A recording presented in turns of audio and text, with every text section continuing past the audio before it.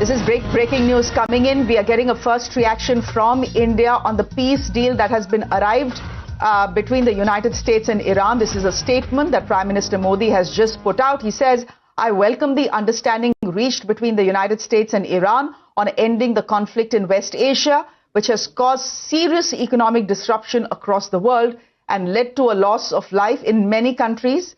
Prime Minister Modi going on to say that India hopes that the implementation of this understanding will help restore peace. Let me go straight across to Pratibha, who is joining us as well. Pratibha, go ahead, do tell our viewers what exactly the Prime Minister has put out on Twitter. All right, we'll try and go across to Pratibha in just a bit, but for the moment, US President Donald Trump marking his 80th birthday with a major diplomatic breakthrough. The United States and Iran have agreed to a peace deal calling for an immediate and permanent end to military operations on all fronts, including Lebanon, signaling a possible end to more than 3 months of conflict in West Asia. President Trump has declared the Iran deal complete. The agreement is being projected as a landmark development, with reports suggesting a 60-day ceasefire will pave the way for detailed negotiations on nuclear issues and sanctions relief. Now, amongst the key outcomes, Iran and the US are expected to begin structured talks during the truce period, while the Strait of Hormuz is set to reopen and the US naval blockade is expected to be lifted. But, ladies and gentlemen, a deal done by Trump, will it be undone by Benjamin Netanyahu, his partner in the war? Well, there are signs of resistance that are emerging from Israel. Israel's National Security Minister, Itamar Ben-Gvir, has declared that any agreement reached between Washington and Tehran does not automatically bind Israel. In a strongly worded statement, Ben-Gvir said that Israel is a sovereign nation and, quote-unquote, not a banana republic, adding that while Israel values its relationship with the United States and President Trump, it will make its own security decisions. The remarks are significant because Israel was not a direct party to the US-Iran negotiations, yet the proposed understanding envisions an end to hostilities across multiple fronts, including Lebanon, which has been on Israel's target despite declarations of a ceasefire at various points in these last 108 days. Zaka, you're joining us live from Avion, from the foothills of the Swiss Alps. First things first, is Israel's reaction on expected lines? Because they are very clearly saying whatever the deal being worked out between the US and Israel and Iran is, it is not binding on us. Well, look, Itamar Ben-Gvir is one of the two coalition partners of Bibi Netanyahu. He is supposed to be one of the far-right ministers. So he's expected to say this. I think it boils down to how much leverage does Trump have over Israel, over Bibi Netanyahu in particular. We have seen in the past, every time Trump announces that there is a ceasefire and then Israel goes on to attack Lebanon. Will Netanyahu do it this time too, after having had multiple phone conversations with Trump just in the last week, where Trump has used expletives and Trump has expressly told Netanyahu not to further attack Lebanon? Basically, if he still continues to attack Lebanon, then I think in Trump's mind, Bibi would have gone rogue. And I don't know if he can afford to do that, because remember, Israel also faces elections. In October, Israel faces crucial parliamentary elections. I'm given to understand that there is a former chief of staff who has now emerged as a likely winning candidate. Also, you have the two opposition leaders coming together. Yair Lapid has formed a coalition. So Bibi Netanyahu is really under the pump, if you were to look at it, for these elections. There is no guarantee that this war is going to propel him back to power. In fact, if anything, this war has only made him unpopular. So you never know how he's going to act politically, because he will, one part of his political calculation will also be domestic. Whatever he does, will it help him domestically to win the election, which is up in October? And I guess Trump also knows that, because Trump also has an election in November, and he realizes that many of his Republican colleagues, both in the Senate and in the House, will not win if this war were to continue. Already inflation has gone upwards close to 4% in the US, and this is becoming a huge problem domestically in the US as well. Trump's approval ratings are down in their 20s. So the concern really for Donald Trump was this. He found himself in a very, very difficult situation. He had to extricate himself from this war. There were no good options. At the end of, this 108 days, Iran has won not just the war, but they've won the negotiations as well. If you look at that 14-point clause, the most important question was on the nuclear issue. Correct. On that, Iran has made no commitments. It's just given a boilerplate statement saying, as per its NPT obligations, Iran will not pursue a nuclear weapon. It has not said anything about stopping enrichment. It has not said anything about handing over the fissile material to America or to the IAEA. It has not said anything about further IAEA inspections. And even on the Strait of Hormuz, which was the other big point of contention, that line, the clause says the Strait of Hormuz will reopen as per Iran's arrangement. So clearly, on both of these contentious issues, Iran seems to have won. Zaka, very quickly, you are there in France, the Prime Minister there as well. He's just put out a statement welcoming the US-Iran understanding. The entire world, not just India, has a lot at stake. Everyone's hoping this works out. What are the chances, though? I think it will. Like I said in one of the earlier broadcasts, Trump will be arriving here later this evening. He will be arriving to a room full of world leaders who will be heaving a collective sigh of relief. And I suspect even Prime Minister Modi will be heaving a sigh of relief, because look at what India has had to endure because of this war. First, on oil prices, domestically, India has had to raise oil prices 4 times in the last 1 month. That's always a politically unpopular decision, and it has been the case this time around as well. So some of that pressure will go down. We have seen the pressure on the rupee, for example. The rupee went up to 96, the worst performing currency in Asia. Again, some of the pressure on the rupee you're already beginning to see is easing. And then oil prices, it's come down to about $82, $83 a barrel. I suspect it might go down under 80 if this deal is signed and all parties stick to their end of the bargain. So I think India will be very, very relieved. That's on the oil front and the economic damage. And most recently, in the last 1 week, you've seen the 3 sailors who've died. And that has become politically a big hot potato for the Modi government, because they were seen, at least by the opposition and even some sections on social media, as being too soft on the American response and the American military action that led to the death of those 3 sailors. And add to that the statement from the US State Department, which was rather contrite, did not say much, and just merely summoning the charged affairs and lodging a strong protest just simply did not cut it. I think the overwhelming feeling, the public sentiment, was something more needs to be done. So there was a lot of sense of outrage. So once this war concludes, and looks like it will now, with both sides announcing publicly, both Trump has announced this, and Galibaf, who is the Iranian National Assembly Speaker, who's one of the most powerful political figures in Iran, he's also publicly announced it. Hopefully all sides will keep their end of the bargain. India will definitely welcome this, because both on the economic front and on the political front, this was complicating matters for the Indian government. So this is a welcome relief. Zaka, can you give me a moment here, because one was wondering why we aren't hearing from Israel. Now there's a second statement that is coming to us from Israel, and I want your response on this as well. We have now Israel's defense minister saying that along with Prime Minister Benjamin Netanyahu, he is leading a clear policy that states that the Israeli army will remain in security zones in Lebanon, Syria and Gaza. Mr. Katz saying that Israel opposes the Israeli army's withdrawal from Lebanon despite the pressure. He's saying Netanyahu made this very clear to Mr. Trump and other senior American officials. If Iran attacks Israel due to the events in Lebanon, Israel will attack back, is what he's saying. Zaka, what do you make of this? Israel essentially saying they're holding their position in Lebanon. And as far as Iran is concerned, Lebanon is a non-negotiable.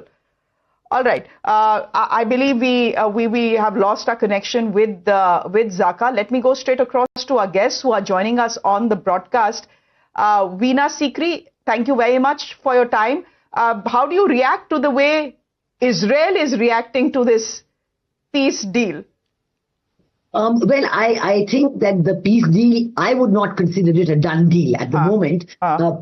primarily because of Israel's reaction. We know that for Iran, Lebanon is a red line, and the inclusion of Lebanon, including Lebanon in the document and in the statement, is very, very important for Iran. But if Israel is going to insist unilaterally that they do not accept the inclusion of Lebanon in the peace deal, I think for Iran, all bets are off, because for them it's a package deal, as it is, including the money that they're going to get, including the unfreezing of their assets, the lifting of the sanctions, and certainly the direct linkage between the opening of the Strait of Hormuz and the lifting of the American naval blockade. Then all these are very important aspects, but the statements coming out of Israel today have certainly put the entire deal back in the pressure cooker, as it were, because it's still cooking. It's not cooked yet. And I think there are 4 whole days between now and Friday.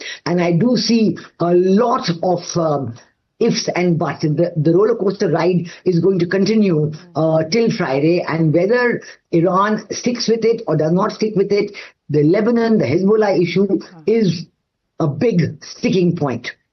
Okay. Colonel Dr. Rafal George, you're joining us on the broadcast. Give me the Israeli point of view here, because we've now heard from 2 senior military leaders in Israel who both seem to be saying, as far as Lebanon is concerned, there are no negotiations. Yeah, good morning. In fact, in Israel, the atmosphere is of a great disappointment out of this MOU, which was signed yesterday or announced yesterday.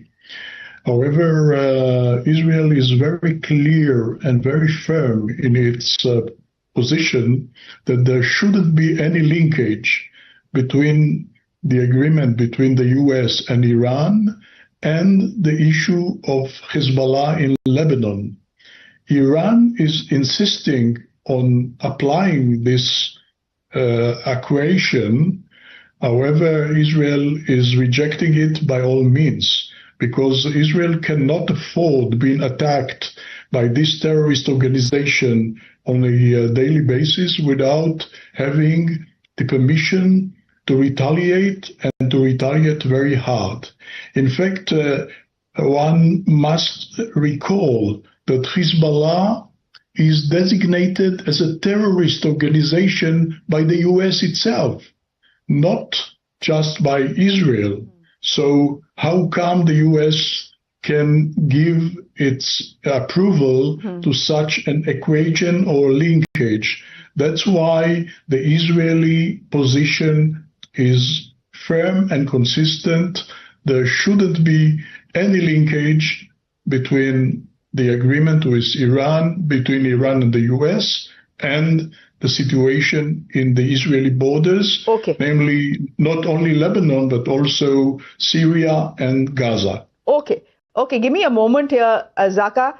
You continue to be with us from Avion. You were earlier on the broadcast fairly optimistic about this deal working out, but now there are 2 statements coming from senior security officials in Iran that are essentially saying that as far as Lebanon goes, it is a non-negotiable. And Dr. Rafal here telling us that there's a sense of great disappointment with this 14-point MOU in Israel. Look, I think the Lebanon attacks restarted again just after the Iran war sort of seemingly came to a conclusion. Remember, the ceasefire has been on since 8th of April. Lebanon was not a front. Yes, Israel attacked Hezbollah, southern Lebanon and parts of Beirut where they believed Hezbollah was believed to be holed up in. They destroyed the leadership of Hezbollah. But after the killing of Hassan Nasrallah, Lebanon was not really a war front as far as Israel was concerned. They have reopened the Lebanon front in a way to try and put pressure on President Trump, put pressure on Iran, because they've realized that, again, just like President Trump, Bibi Netanyahu too finds himself in a bit of a hole. In fact, like I said, he's got elections coming up in October.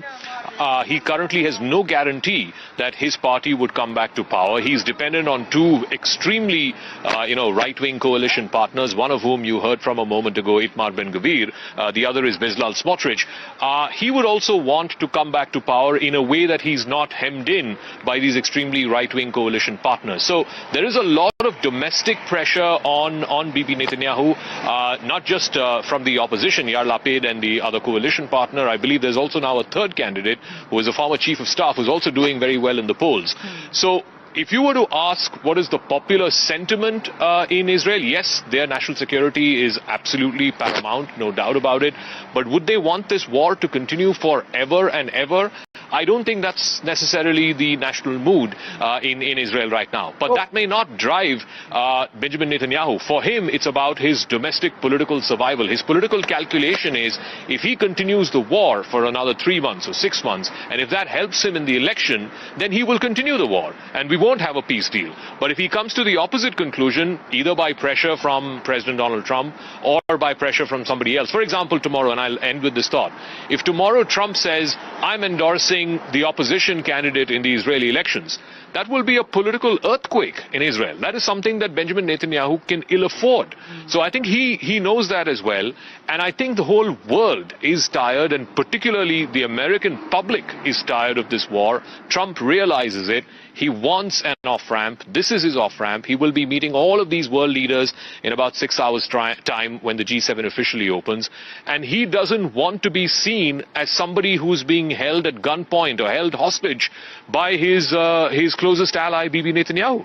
Okay, we leave it there for the moment, Zaka. Thank you very much. Meanwhile, the pushback against the US-Iran understanding growing sharper is inside Israel's government. We now have Israel's finance minister, who's publicly rejected the agreement, calling it bad for Israel and for the entire free world. He's arguing that months of military pressure had significantly weakened Iran and said those gains must not be squandered through diplomatic compromises. He's insisting that Israel must continue its efforts to prevent Iran from acquiring nuclear weapons, and he suggested that a broader campaign against the Iranian regime is far from over. Pratikrit Pine, would you want to come in here? While the world may see some reason to be optimistic about this 14-point MOU, the sentiment coming in from Israel is quite the opposite. They seem to be digging in their heel, leader after leader.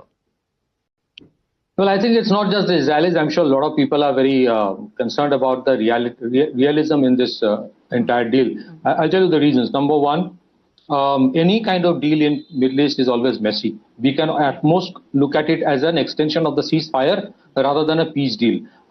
See, look at it. If the sanctions on Iran goes off, the price of oil will collapse. Because if they come into the oil market, the price of oil will collapse. How many countries in the Arab world will be very happy with the Iranians being allowed to sell oil all over again? How many investment bankers and hedge funds will be happy? They will not be, because they actually benefit a lot when conflicts go on and the price of oil remains very high.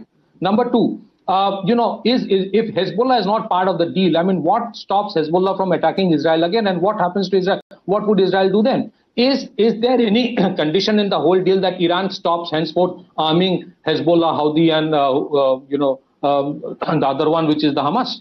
Has Iran given up on its animosity towards Israel? I am not holding a brief for Israel. The only issue here is that even during ceasefires, you will see defensive operations keep on happening from the American sides and the Iranian sides. So even when the ceasefire is on, both sides will keep on saying, oh, no, I had a defensive operation. It had nothing to do with the entire, ceasefire thing. The problem is within Iran itself, what the Americans have done or the Israelis or whoever have done it, by killing the top leadership of Iran, there is something called a mosaic leadership today in Iran. One part agrees to the ceasefire, the other part becomes very angry. Tomorrow, there is no guarantee that the IRGC will not go ahead and do another kind of an attack in Strait of Hormuz or somewhere else. So there is a chaos in between. There is no single entity with whom you can negotiate and deal so far as Iran is concerned.